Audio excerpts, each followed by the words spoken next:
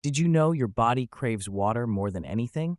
Water is the superhero inside us, fighting to keep us healthy. Every cell, organ, and piece of tissue in our body needs water.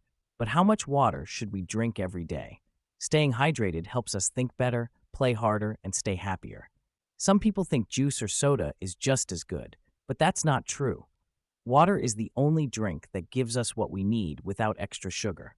Let's bust a myth. You don't have to drink 8 glasses a day to be healthy. Listen to your body. It tells you when you're thirsty. Carrying a water bottle makes it easy to sip throughout the day.